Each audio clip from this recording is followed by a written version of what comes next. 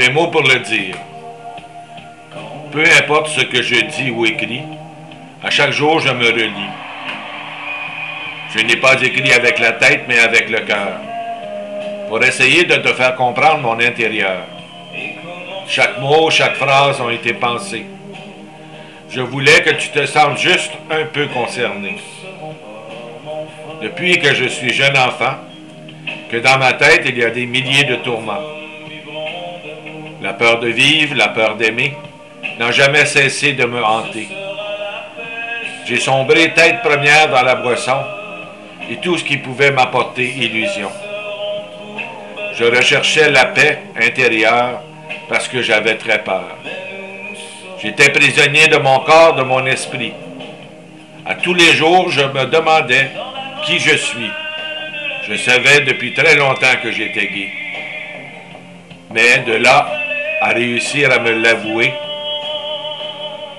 je vivais dans un monde de jugement. Plus personne ne prend le temps.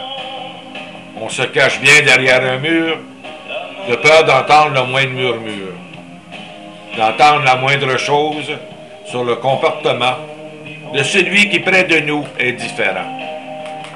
Dans les quelques dernières années, j'ai pu très facilement constater, même si on m'a dit « nous t'acceptons », j'ai compris que ce n'était pas tout à fait votre opinion.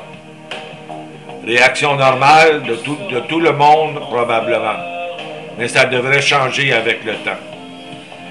J'écris ceci avec mon cœur. Je cherche la lueur. Je cherche le bonheur. Un ami gay au cœur très meurtri vient juste de mettre fin à sa vie. Lui, il ne pouvait plus vivre dans ce monde cruel. Alors il a décidé à 22 ans d'aller vers le ciel.